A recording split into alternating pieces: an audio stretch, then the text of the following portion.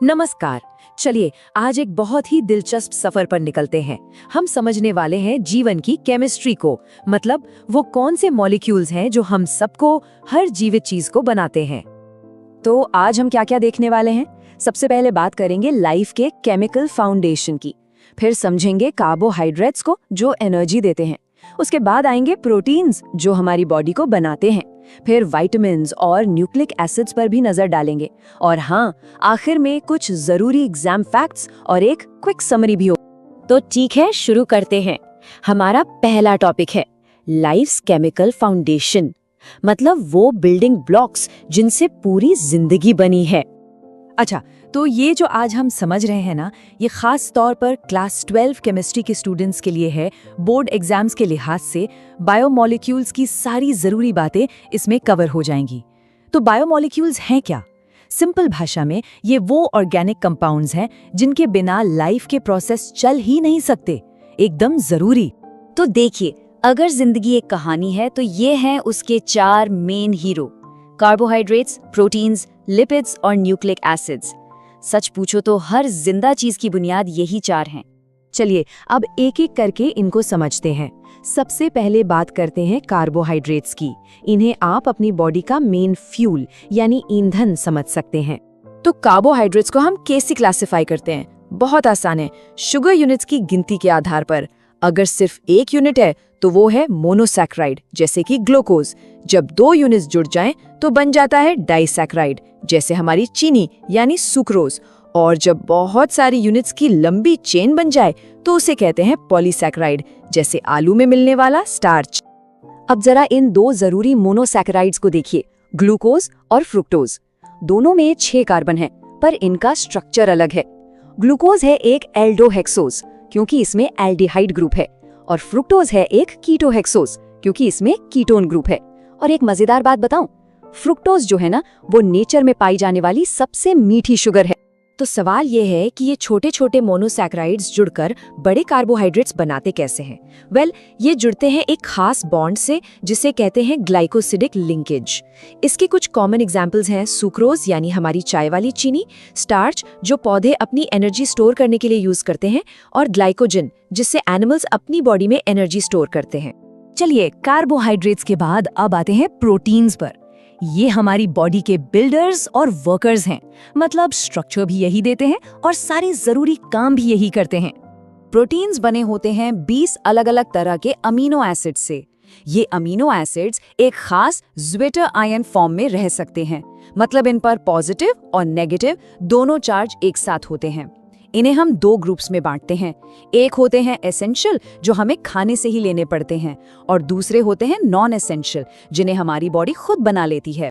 अब ये बहुत जरूरी बात है, प्रोटीन का काम क्या होगा ये पूरी तरह उसके 3D शेप पर डिपेंड करता है। सोचिए, ये एक सीधी चेन यानी प्राइमरी स्ट्रक्चर से शुरू होता है, फिर ये मुड़कर हेलिक्स या शीट जैसा सेकेंडरी स्ट्रक्चर बनाता है, और फिर ये और भी ज्यादा फोल्ड होकर एक कॉम्प्लेक्स 3D शेप ले लेता है। ये जो फाइनल शेप है ना, यही तय करता है कि वो प्रोटीन क्या काम करेगा। एंजाइम्स के बारे में सुना है? ये खास तरह के प्रोटीन्स होते हैं जो बायोलॉजिकल कैटलिस्ट का काम करते हैं, मतलब हमारी बॉडी में होने वाले केमिकल रिएक्शंस की स्पीड को बढ़ा देते हैं। पहले एक लॉक एंड की मॉडल था कि ये बिल्कुल ताला चाबी की तरह फिट होते हैं, लेकिन अब इंड्यूस्ड फिट मॉडल को ज्यादा सही माना जाता है, जिसमें फिटिंग थोड़ी डायनामिक होती है, मतलब एंजाइम अपना शेप थोड़ा बदलता है। प्रोटीन्स के बाद अब बारी है विटामिन्स की। ये हैं हमारी बॉडी के एसेंशियल हेल्पर्स, जो बहुत सारे केमिकल प्रोसेस को स्मूथली चलाने में मदद करते हैं। विटामिन्स 2 तरह के होते हैं। पहले हैं फैट सॉल्युबल, यानी जो फैट में घुलते हैं। ये हैं ए, डी, ई और के, और ये हमारी बॉडी के फैटी टिश्यूज में स्टोर हो जाते हैं। विटामिन ए आंखों के लिए, डी हड्डियों के लिए, ई हमारी सेल्स को बचाने के लिए, और के ब्लड क्लॉटिंग के लिए जरूरी है। और दूसरे होते हैं वाटर सॉल्युबल, जैसे विटामिन बी और सी। ये बॉडी में स्टोर नहीं होते, इसलिए इन्हें रोज लेना पड़ता है।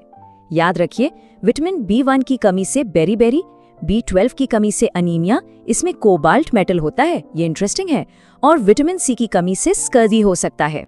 चलिए अब आते हैं हमारी आखिरी और शायद सबसे कॉम्प्लेक्स कैटेगरी पर, न्यूक्लिक एसिड्स। इसे आप कह सकते हैं कोड ऑफ लाइफ या मास्टर ब्लूप्रिंट, क्योंकि जिंदगी के सारे इंस्ट्रक्शंस इसी में लिखे होते हैं। तो न्यूक्लिक एसिड्स क्या है?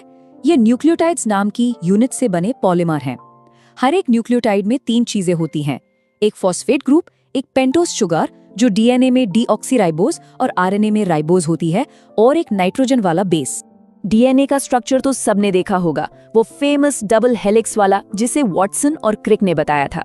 ये हेलिक्स आपस में जुड़ा रहता है कुछ खास बेस पेयरिंग रूल्स की वजह से।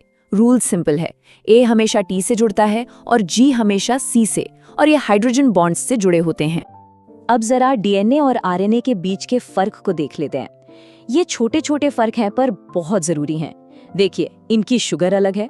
बेस में डीएनए में थाइमीन होता है तो आरएनए में यूरेसिल। डीएनए डबल स्ट्रैंडेड होता है, आरएनए सिंगल स्ट्रैंडेड।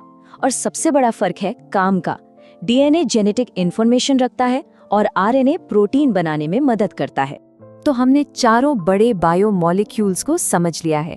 अब चलिए कुछ जरूरी फैक्ट्स को फटाफट से रिवाइज करते हैं जो एग्जाम में बहुत काम आएंगे। ओके, तो ये रहा हमारा रैपिड फायर राउंड। पहला, इन्वर्ट शुगर ग्लूकोज और फ्रुक्टोज का मिक्सचर है। दूसरा, विटामिन B12 में कोबाल्ट मेटल होता है। तीसरा, ग्लाइसिन अकेला ऐसा अमीनो एसिड है जो ऑप्टिकली इनएक्टिव है।